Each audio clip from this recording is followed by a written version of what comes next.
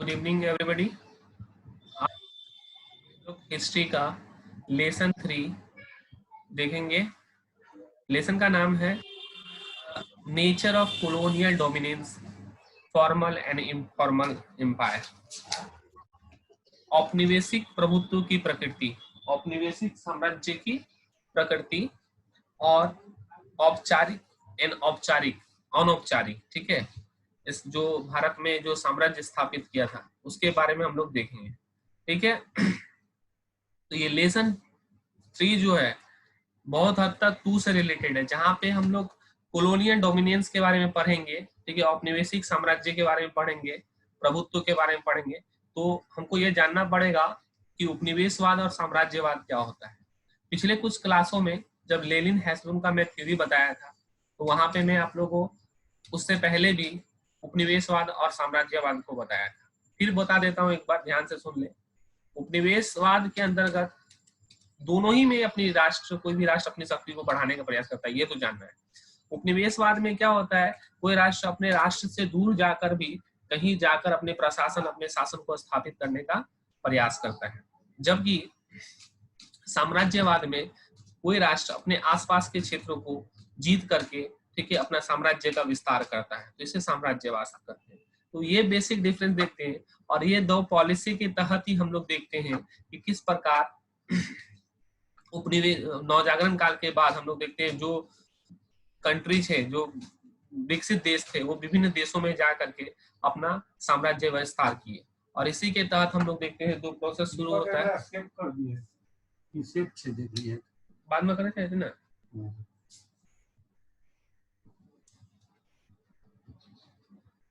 इसी के तहत हम लोग देखते हैं कि किस प्रकार तुम्हारा उपनिवेशवाद और साम्राज्यवाद के तहत, उपनिवेशवाद और साम्राज्यवाद के तहत भारत में ब्रिटिश सत्ता स्थापित हुआ। तो आज हम लोग देखेंगे जो ब्रिटिश सत्ता भारत में स्थापित हुआ उसका स्वरूप कैसा था, औपचारिक रूप से और अनौपचारिक रूप से। देखिए, सबसे पहले हम लोग देखते हैं जब आपका नवजागरण काल खत्म शुरुआत होता है 1453 ईस्वी में जब कॉन्स्टेंटिनोपल, ठीक है, का पतन होता है, तो हम लोग देखते हैं वहां से नवजागरण की शुरुआत होती है। और नवजागरण की शुरुआत होते के साथ, ठीक है, जो विकसित देश होते हैं, जो साइंस में बहुत आगे रहते हैं देश, ठीक है, वो अपने देश को छोड़कर के भी अन्य देशों का भ्रमण में जाते। आप लोग क्लास 10 में भी पढ़े होते हैं ज्योग्राफिकल डिस्कवरीज, ठीक है, भौगोलिक खोज की तलाश में सभी देश इधर उधर जाने लगते हैं, कुछ व्यापार के दृष्टिकोण से, कुछ खोज के दृष्टिकोण से। इसी के तहत हम लोग देखते हैं भारतीय संदर्भ में देखें तो भारत में भी इस दौरान बहुत सारे कंपनियां आई थी, जिसमें हर कंपनी के बारे में हमको जानना पड़ेगा, कौन कंपनी कब आया था। तो उसका मैं एक चार्ट बना दिया हूँ, ये आप लोगों को बहुत हेल्प करने वाला है, लेकिन मैं इसको शॉर्ट में लिखा हूँ, मैं अभी बोल दे रहा हूँ। वेरियस यूरोपियन कंपनीज, कौन कौन सा कंपनी आया था, उनका स्थापना कब हुआ। सबसे पहली कंपनी जो आई थी वो थी स्टोडा द इंडिया, जिसको पुर्तगीज कंपनी बोलते हैं। इसका नाम था स्टोडा द इंडिया, जो 1498 में आई थी। भारत में सबसे पहले भी पुर्तगीज आया था, ठीक है। उसके बाद हम लोग देखते हैं ईस्ट इंडिया कंपनी, EIC में शॉर्ट में लिखा हूँ, ये आए थे 1600 ईस्वी में। फिर हम लोग देखते हैं डच ईस्ट इंडिया कंपनी, जो 1602 ईस्वी में आए थे। फिर हम लोग देखते हैं डैन ईस्ट इंडिया कंपनी, जो डेनिश देश के थे, वो आते हैं। फिर कंपनी द इंडस ओरिएंटलस फ्रांस, ठीक है, फ्रांस की कंपनी थी, वो 1664 में, ये मैं गलत लिख दिया हूँ, 1616 लिख दिया, 1664 में आए थे। ये कुछ कंपनियां थे, भारत में आए थे और अपना साम्राज्य का विस्तार करने के लिए। सबसे इंटरेस्टिंग बात यह है कि ये जो कंपनी जब शुरू में आए थे, सब ना भ्रमण की दृष्टिकोण से आए थे और छोटे प्रकार पे घूमने आए थे। लेकिन जब यहाँ पे आए तो यहाँ की इकोनॉमी, यहाँ का जो अर्थव्यवस्था था, वो लोग बहुत ही प्रभावित हुए। आप सुने होंगे वास्को डी गामा का नाम, 1498 ईस्वी में आते हैं, और वो आते हैं यहाँ से एक मसाला खरीद के ले जाते हैं, ठीक है, ये पैसा में, ठीक है, और उस मसाला को हम लोग देखते हैं 60 टाइम्स ज्यादा गुना दाम में अपने कंट्री में जाके बेचते हैं। तो उनके माइंड में तब दिमाग में आता है, भाई हम यहाँ 6 पैसा में खरीद करके इसको 60 टाइम्स गुना, 60 गुना ज्यादा दाम में हमारा देश में बिक्री होता है। अगर हम भारत के साथ व्यापार करने लगे तो हमारा देश कहाँ से कहाँ चला जाएगा। इसके बाद हम लोग देखते हैं ईस्ट इंडिया कंपनी भी शुरू में इसे उद्देश्य से आए थे, तो वो सामान यहाँ से हल्का फुल्का देखते थे। तो यहाँ पे देखें भौगोलिक संसाधनों से भरा हुआ देश है, तो अब वो धीरे धीरे ये सारे कंपनियां धीरे धीरे, जो ईस्ट इंडिया कंपनी हो या पुर्तगीज ईस्ट इंडिया कंपनी हो या डेन ईस्ट इंडिया कंपनी हो, company the Indus orientals France हो, ये सारे कंपनी फ्रांस का हो, पुर्तगीज का, पुर्तगाल का हो, अंग्रेजों का कंपनी जो था, सब आए और भारत में अपना साम्राज्य विस्तार करने के लिए। तो ये जो कॉलोनियल डोमिनेंस जो था ना, तो ये लोग अपना अपना एक साम्राज्य चला रहे थे, लेकिन ये औपचारिक तौर पे, ठीक है, अपने आप को, लेकिन अनौपचारिक तौर पे भी बहुत सारे छोटे छोटे साम्राज्य स्थापित हुए, ठीक है, जो चल रहा आया कुछ समय के लिए खत्म हो गया, उसका कोई सिस्टम नहीं था, और इन्हीं को अनौपचारिक बोला गया, इनफॉर्मल, मतलब वो ज्यादा दिन तक टिके नहीं, उसका कोई ना तो नियम कानून था, ना कोई मतलब औपचारिक रूप से नहीं था, ठीक है, तो ये लोग ज्यादा दिन तक नहीं टिके। अब समस्या क्या हुआ, ये सारी जब कंपनी आई, ये सारी कंपनी का जो नाम बोले, ये कंपनी भारत में सभी कंपनी अपने आप को स्थापित करने का एकदम जी तोड़ प्रयास किए, लेकिन इसमें हुआ क्या, ये कंपनी भारत से ना लड़कर, भारत की जनता से नहीं लड़कर आपस में ही लड़ने लगी कि हम स्थापित करेंगे, हम अपना साम्राज्य विस्तार करेंगे, तो हम अपना साम्राज्य विस्तार करेंगे।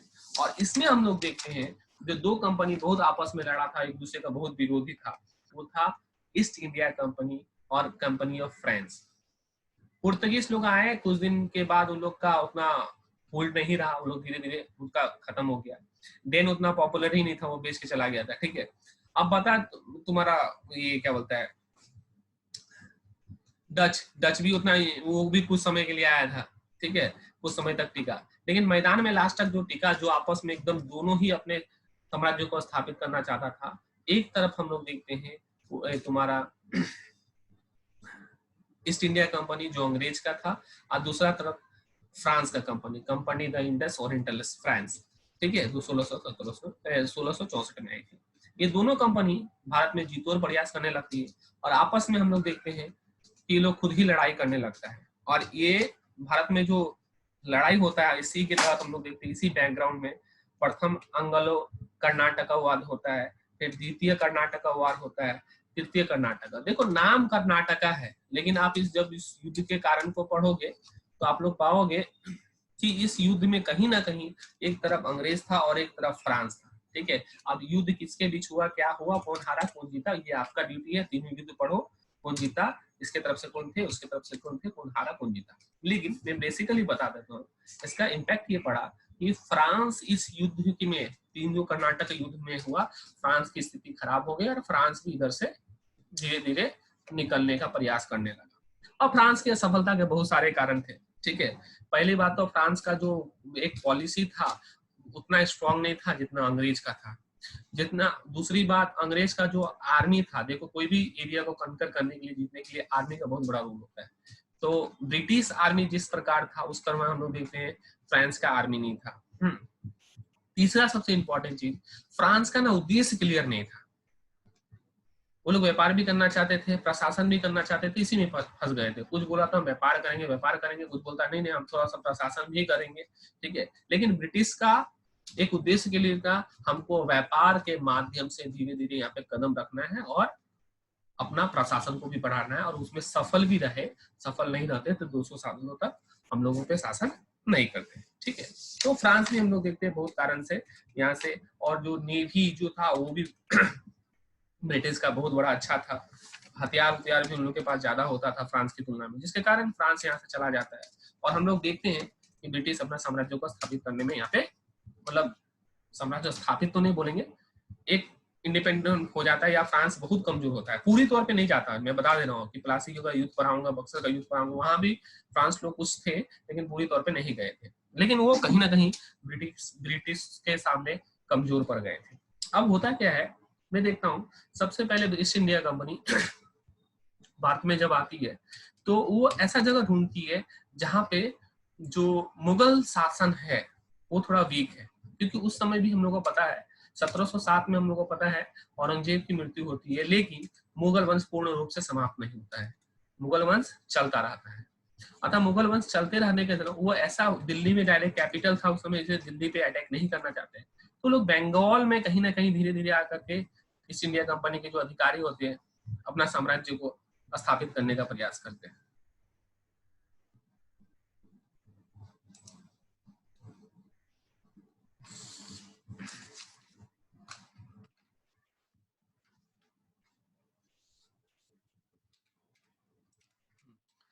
तो बंगाल में वो लोग अपना साम्राज्य को स्थापित करने का प्रयास करते हैं। और बंगाल में एक रीजन और था, कहीं ना कहीं ये बोलना सही नहीं होगा लेकिन ये भी एक रीजन किताबों में मैं पढ़ा हूँ, लिखा है कि जो अदर स्टेट की तुलना में जो राष्ट्रवाद की भावना जो थी बंगाल में कंपैरेटिवली कम थी, और वो कहीं ना कहीं जो मुगल वंश था उससे अलग हो गया था। और वहां पे नवाब लोग जो होते थे अलीवर्दी खान के टाइम में, ठीक, अलीवर्दी खान ही पहले थे जो अलग हो गए मुगल वंश से, ठीक है, और अपना ही नवाबी का रूल करता, यहाँ के शासक को नवाब बोला जाता था। तो एक नवाब का टाइटल लेके वो अपने आप को राजा मानते थे, ठीक है। लेकिन जब वो लोग ब्रिटिश को देखे तो उसपे उन लोग को बहुत इम्प्रेस बहुत हो गया। अभी भी हम लोग ना बुरे लोगों को देखते हैं तो थोड़ा ज्यादा इम्प्रेस हो जाते हैं। तो नवाबों को भी ये लगा, तो नवाब लोग कुछ समय तक तो ठीक ठाक था, लेकिन जब देखा गया कि नवाब जब ईस्ट इंडिया कंपनी शुरू में आ रही थी तो बड़ा सम्मान दे रही थी नवाब को, नवाब से बात कर रहे थे, ये कर रहे थे, मतलब एक अच्छा संबंध था। लेकिन with the passage of time हम लोग देखते हैं जब अलीवर्दी खान का डेथ होता है 1756 ईस्वी में, उसका जो पोता होता है वो आता है जिसका नाम होता है सिराजुद्दौला। सिराजुद्दौला के कारण में देखते हैं हम जो नवाब का रिलेशन ईस्ट इंडिया कंपनी के साथ खराब हो जाता है। अब इसका खराब होने के बहुत सारे कारण थे, और इन कंपनी इस खराब होने के रिलेशन के कारण ही हम लोग देखते हैं भारत में प्लासी का युद्ध होता है, जो फर्स्ट हम लोग बोल सकते हैं वार था अंग्रेजों के बीच और आपका ईस्ट इंडिया कंपनी बंगाल के नवाब के बीच, जिसके कारण हम लोग देखते हैं तुम्हारा किस प्रकार ब्रिटिश सत्ता स्थापित हुआ। हिस्ट्री में पूरी हिस्ट्री में ये जो बैटल का प्लासी का बैटल था वो बहुत ही महत्वपूर्ण इसलिए है क्योंकि यहीं से हम लोग देखते हैं ब्रिटिश सत्ता का शुरुआत हुआ।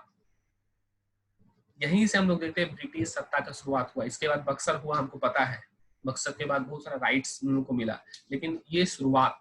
तो इस युद्ध के बारे में हमको जानना पड़ेगा, युद्ध का क्या कारण था, इस युद्ध के क्या परिणाम हुए, इसको आज हम लोग डिटेल में करेंगे। तो ये लोग आप लोग कारण बड़ा ध्यान से सुनना, ठीक है, तो ये आप लोग को बहुत हेल्प करेगा आगे इस चीज को समझने।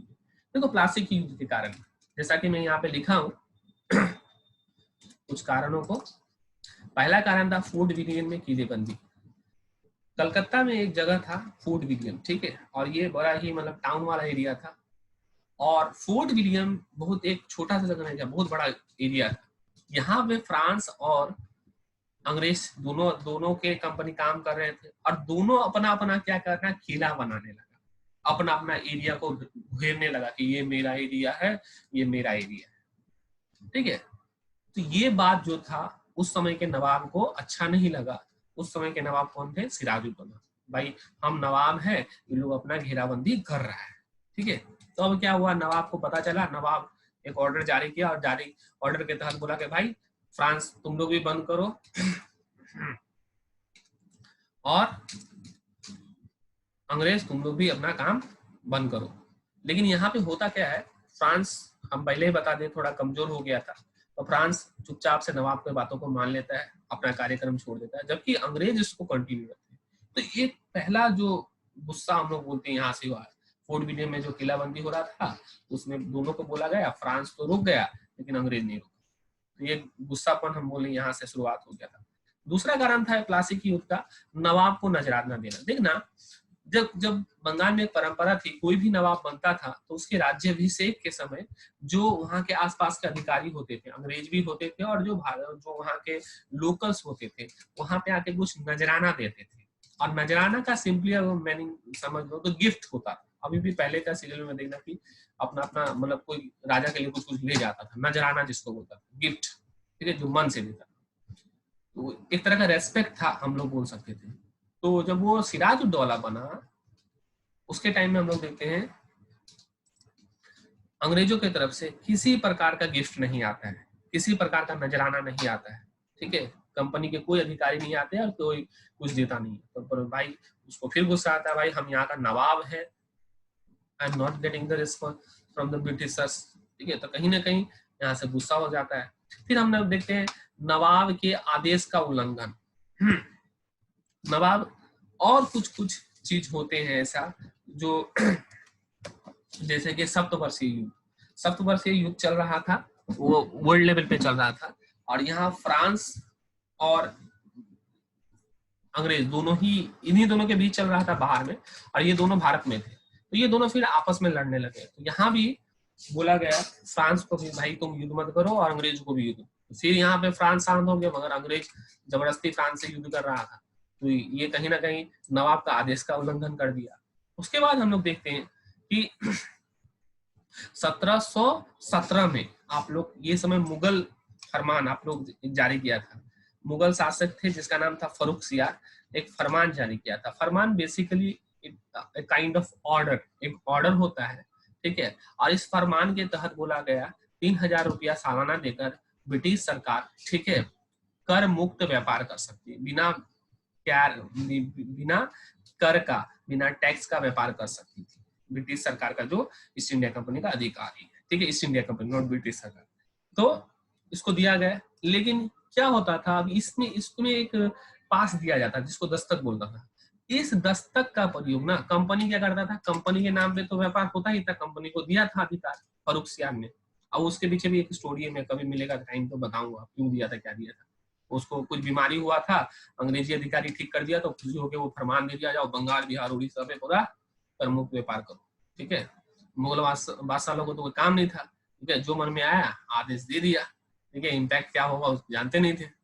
तो हुआ क्या, अब ये जो कंपनी के जो अधिकारी थे, निजी अधिकारी, वो तो कंपनी का काम करता था, उसका वो पास देखा था, और अपना पर्सनल भी व्यापार करने लगे। कंपनी के नाम पे भी होता था व्यापार, अपना पर्सनल दुरुपयोग करने लगे, ठीक है। जिससे ये बात जब नवाब को पता चला तो वो फिर गुस्सा हुआ, भाई तुम अब कंपनी का कर रहा है, चलो ठीक है, मुगल शासन किया, लेकिन तुम लोग अपना पर्सनल भी इससे फायदा उठा रहा है, जो कि सही नहीं है। तो ये भी एक अंग्रेज हमारा सिराजुद्दौला के मन में गुस्सा का भाव पैदा कर दिया। उसके बाद हम लोग देखते हैं कृष्णदास,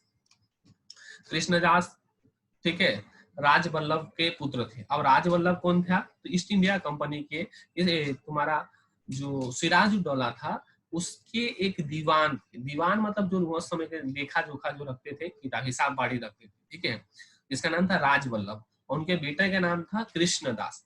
अब राजवल्लभ ने क्या किया कि ईस्ट इंडिया जो सिराजुद्दौला था उसके खजाने का ना कुछ हिसाब किताब उल्टा पुल्टा कर दिया, मतलब बेसिकली हम बोले करप्शन किया।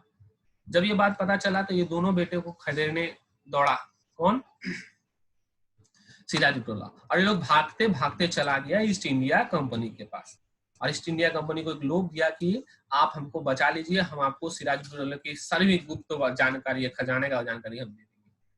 तो जाकर वहां शरण ले लिया। फिर क्या होगा, सिराजुद्दौला गुस्सा होगा, सिराजुद्दौला फिर गुस्सा हो गया कि भाई हम तुमको भगाएं, और ईस्ट इंडिया कंपनी के पास चला गया, और ईस्ट इंडिया कंपनी पे ज्यादा गुस्सा आया, ठीक है। ये भी एक कारण था। अब 6 नंबर पॉइंट जो बहुत इंपॉर्टेंट है, हिंदू प्रजा को उकसाना। इस काल में हम लोग देखते हैं कि शासक था जो बंगाल का, ठीक है, नवाब जो था, सब में मुस्लिम थे, और वहां का जनसंख्या जो था हिंदू मेजोरिटी था, हिंदू को जनसंख्या था। तो ईस्ट इंडिया कंपनी यहाँ आग में घी डालने का क्या काम करती थी, वो हमेशा हिंदू प्रजा को उकसाती थी। देखो तुम लोग इतना जनसंख्या है, तुम लोग इतना शक्ति है, लेकिन तुम लोग शासन नहीं कर रहे हो, मुस्लिम शासन कर रहा है, ये वो इस तरह से उकसाते थे। तो उन लोग का भी एक जो नाराजगी था हिंदुओं में ईस्ट इंडिया कंपनी, वो भी लाया गया, जिसको हम लोग डिवाइड एंड रूल पॉलिसी कहते हैं। इसके माध्यम से ब्रिटिशर ने किस प्रकार शासन किया हम लोग इतिहास में देखा है, और आज भी ब्रिटिशर जाने के बाद भी हिंदू मुस्लिम चल रहा है। चलो कोई बात नहीं, इस पे नहीं बोलेंगे ज्यादा, नहीं तो समस्या होगा मेरे। चलो आगे बढ़ते हैं। तो ये सब पॉइंट है आप लोग को जाना। फोर्ट विलियम में किलेबंदी, नजराना को ना देना, नवाब का आदेश का उल्लंघन, 1717 का फरमान का दुरुपयोग, कृष्णदास, इतना सारा कारण बता दिया आप लोग को काफी। कृष्णदास, ईस्ट इंडिया कंपनी के द्वारा शरण देना, हिंदू प्रजा को उकसाना, ठीक है। आगे बढ़ते हैं।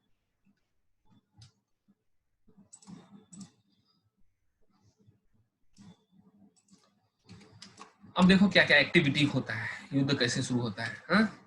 थोड़ा ध्यान से देखना है आखिर कैसे शुरू हुआ। तो 4 जून को ये सब एक्टिविटी होने के बाद हम लोग देखते हैं 4 जून को अंग्रेज जो सिर के ऊपर पानी चला जाता है सिराजुद्दौला, और उसने कासिम बाजार जो अंग्रेज का एक बाजार रहता है उस समय बंगाल में ही रहता है, लेकिन उस पर अंग्रेजों का बोलवा था, वहां पे अधिकार कर लिया। कब? 4 जून को 1756 में। ठीक है, उसके बाद 5 जून को अपनी सेना को कलकत्ता भेजता है। कलकत्ता का स्पेलिंग गलत है, आप लोग समझ जाना। कलकत्ता भेजता है 5 जून को। ठीक है, और 10 जून को कलकत्ता पहुंच करके वहां पे फोर्ट विलियम जो अंग्रेज का हब था, मतलब जहां पे अंग्रेज अपना किलाबंदी करा, वहां पे भी कैप्चर कर लेता है। उसके बाद ही हम लोग देखते हैं कि सिराजुद्दौला बहुत गुस्से में रहते हैं। यहीं पे हम लोग देखते हैं क्या करता है, उन्होंने यहाँ का जो ब्रिटिश अधिकारी रहता है 146 ब्रिटिश अधिकारी को 146 ब्रिटिश अधिकारी को एक रूम में घुसा से बंद कर देता है। ठीक है, सिराजुद्दौला का देखिए, और रूम का जो साइज होता है वो मुझे याद नहीं है, 14 बाई 18 रहता है, मतलब 14 फीट चौड़ा और 18 फीट लंबा। मतलब सोच रहे हो ना कितना चौड़ा, इमेजिन कर लो आपका जितना बड़ा रूम, उसमें 146 आदमी को पूछ पूछ के डाल देता है, ठूस ठूस के, और दरवाजा बंद कर देता है। दूसरा दिन जब दरवाजा खोला जाता है, देखता है उसमें 146 में से 123 आदमी मर चुके हैं। ठीक है, और सिर्फ 23 आदमी जिंदा बचते हैं। इतिहास में इस घटना को हम लोग काल कोठरी की घटना कहते हैं, काल कोठरी की घटना। ठीक है, ईस्ट इंडिया कंपनी का जो अधिकारी होता है इस पे बहुत ज्यादा गुस्सा हो जाता है, और यहीं से हम लोग देखते हैं प्लासी युद्ध की शुरुआत हो जाती है। काल कोठरी की घटना सिराजुद्दौला का एक बहुत बड़ा, जिसको ये घटना सत्य है कि असत्य है, इस पे भी अभी भी डिबेट चल रहा है। कुछ का मानना है कि ये सब बनावटी है, इस तरह का कुछ हुआ नहीं था, लेकिन अंग्रेज के एक अधिकारी थे जिसका नाम था हॉवेल ने इस घटना का वर्णन किया है। ठीक है, तो काल कोठरी के वर्णन का हम देखते हैं। अब नवाब के विरुद्ध षड्यंत्र करने लगता है अंग्रेज। देखो ये पुराना चीज अभी भी चलता आ रहा है। ठीक है, अंग्रेज क्या करता है, नवाब के ही कुछ संबंधी उबंधी को अपने दल में मिला लेता है। ठीक है, और उसमें हम बता देते हैं 3-4 रहता है जो अंग्रेज की तरफ से मिला रहता है, दिखाने के लिए वो लोग है सिराजुद्दौला की तरफ, लेकिन वो घूस खाया रहता है, जिसमें जगत सेठ मिर्जा जगत सेठ एक बहुत बड़े उस समय उद्योगपति थे। ठीक है, और इनका घर मुर्शिदाबाद में, मैं इनके घर से भी आया हूँ, बहुत अच्छा घर है, मैं देख के आया, मैंने उनके घर अभी भी है मुर्शिदाबाद में। उनके राजवल्लभ में नाम बोला था आप लोग का, ये तो पहले ही चला गया था घूस के आरोप में। ठीक है, उसके बाद हम लोग कहते हैं आमिर चंद, यार लतीफ, ये लोग सब थे, और एक सबसे इंपॉर्टेंट था मीर जाफर। मीर जाफर था उधर से। ठीक है, आपका सिराजुद्दौला की तरफ से, उसका आर्मी का कमांडर था, लेकिन वो भी घूस खा लिया था ब्रिटिश ईस्ट इंडिया कंपनी। तो अब हुआ क्या, 23 जून को हम लोग देखते हैं युद्ध शुरू हुआ, 23 जून 1757 का प्लासी का युद्ध, और यहीं से मॉडर्न हिस्ट्री हम लोग बोल सकते हैं शुरुआत हो गया। अब इसमें होता क्या है, देखते आगे दिखाते हैं आप लोग को। आगे शायद कुछ है नहीं, बोलना है।